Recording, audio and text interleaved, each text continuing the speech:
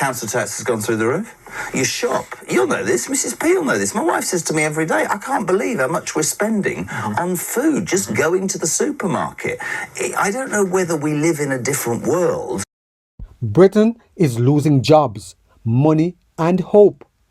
Jeremy Kyle recently sat down with James Price on TalkTV, and together they laid out the hard numbers and real impacts that most Labour politicians do not want you to hear. We will also share one ancient principle that explains everything we're seeing today. Where there's no vision, the people perish. Before we get into the details, if you love diving into political issues and enjoy hearing a principled take on them, then hit the like button, share this video, and subscribe to join the conversation. It will help our channel reach a wider audience. Thieves saying that basically have as many kids as you want. Kids shouldn't be born into poverty, and it's up to us to support people who just procreate all the time. Have a watch. I don't think we can lose sight as well of the costs to our economy in allowing child poverty to go unchecked. And in the end, a child should not be penalised because their parents don't have very much money. Lots and lots of different reasons why families change shape and size over time. And I don't think that it's right that a child is penalised because they are in a bigger family through no fault of their own. In another world, I used to have a phrase, get a job. I thought she was trying to cut the welfare budget bill. That didn't work because Labour MP said, oh, no, we can't do that. That doesn't look good. And now this cost of living. Sir Keir Starmer, my mum, I'm sure, but you're a knight. You're the Prime Minister of Great Britain, who is about as divorced from reality as anybody I've ever met, with not an ounce of politicalness inside you. But council tax has gone through the roof. You shop. You'll know this. Mrs. P will know this. My wife says to me every day, I can't believe how much we're spending on food, just going to the supermarket. I don't know whether we live in a different world. As kids, you just said about you. It seemed we coped more. I know this is not going to be very popular. I just feel like people need to toughen up a bit, but they need help from a government that seems to, I don't know, help people who shouldn't be helped too often and doesn't give the real people the help that it does. I don't know.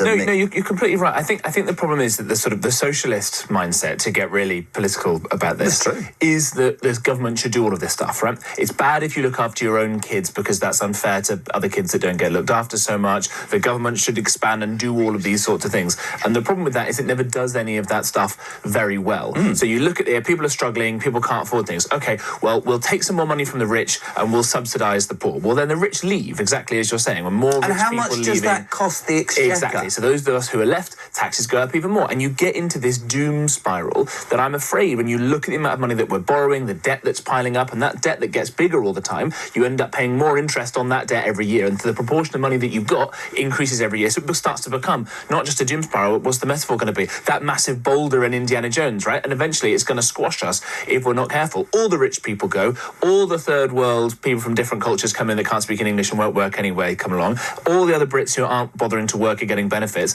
and then suddenly all the money disappears and the bond markets say no more, pull the plug, and then we are in an absolute disaster. I genuinely feel out there on the streets amongst the people that listen and watch this and people who you meet, there's a real lack of, there's not, misery is the wrong word, they're starting to disbelieve.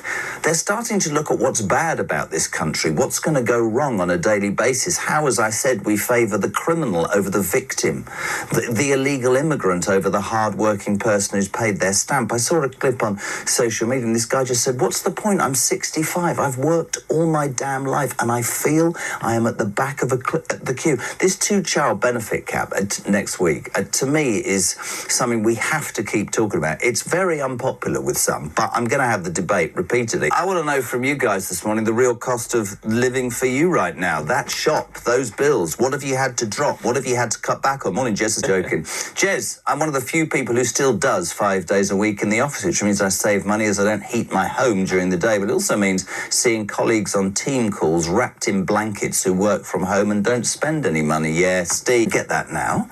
We've created this entitled generation, and yet again, 6 billion more on benefits. Can we please have this out? And can I just say what I always try and say? There are people listening to this who I am more than happy to get up at 2 o'clock in the morning and pay tax for because they cannot and shouldn't actually work, mentally ill, physically disabled, I salute you. I want that on tape.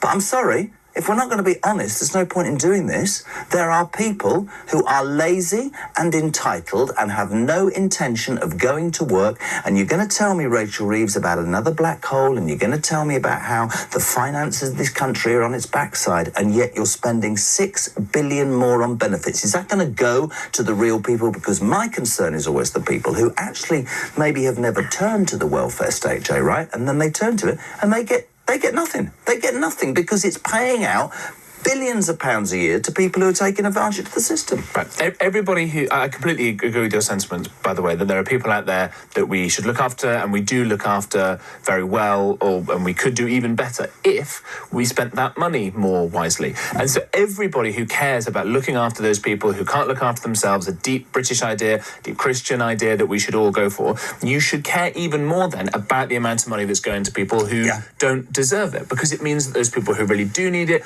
could get proper care, and you wouldn't have to have so many blanket policies where you have to go and retest people and all the rest of it, right? If you've got someone like my uncle who had multiple sclerosis, couldn't move, couldn't look after himself, one tick in a database, the guy gets looked after forever, doesn't have to worry about any of that stuff, right? Good. It's exactly as it should be. Plenty of other people that might need it for a little bit of time, plenty of people that might need it not at all, and actually being given a bit of a kick and saying, nope, the best thing for you, as Ronald Reagan said, best social welfare program in the world is getting a job. Absolutely. And that's exactly as it should be, and we're not doing that. And why is that? And what is the politics about this? Why is Rachel Reeves saying this ahead of the budget? Because she knows that her neck is on the line, her boss's neck is on the line when it comes to these unruly Labour backbenchers who, as you mentioned earlier, have stopped them from being able to make any welfare savings whatsoever. They've got to be in their bonnet about this two-child benefit cap. Most of their supporters are the people that want to keep being given money for doing nothing. And so all the measures in here where more spending comes along, given how bad they've made the economy already, all of these measures are to help them buy votes. 6 million more people on benefits. The wealthy are overtaxed, and many are now leaving the country. Businesses face the same problem, so they shut down, relocate abroad, or hire fewer staff. Food prices rise every week, while the government shuts down Britain's oil and gas in the name of net zero. Is this Labour's vision for Britain? From the outside, it looks like there's no vision at all, and the working class are paying the heaviest price.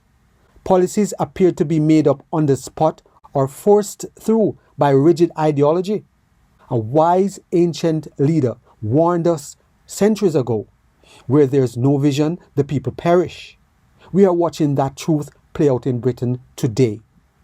You cannot build an entitlement system that pays people more to stay at home than to work, and then be surprised when they choose a benefit system. You cannot close down your own oil and gas fields, import energy from abroad at higher costs, and pretend the economy will not suffer. True vision looks beyond the next headline or the next election. It weighs every law and every tax against the lives of generations still to come. Politicians think 5-year cycle. Leaders think of legacies lasting beyond 50 years. Overtaxation has already shown its results. Talent leaving, companies closing, families struggling to buy food.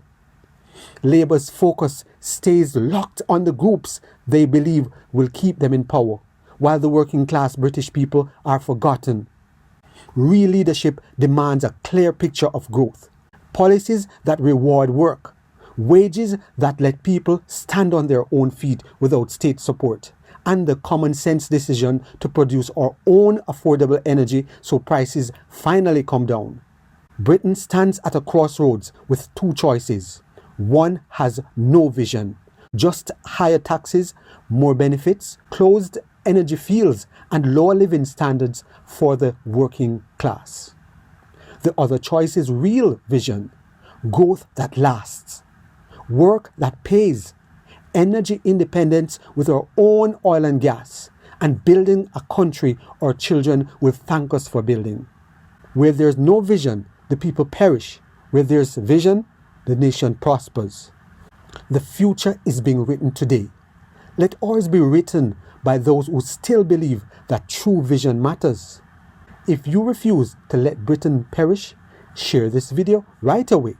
Let's get a conversation started throughout this nation about what real vision actually looks like. If you have benefited in any way from this video, please subscribe, like, share, and be sure to leave us a comment.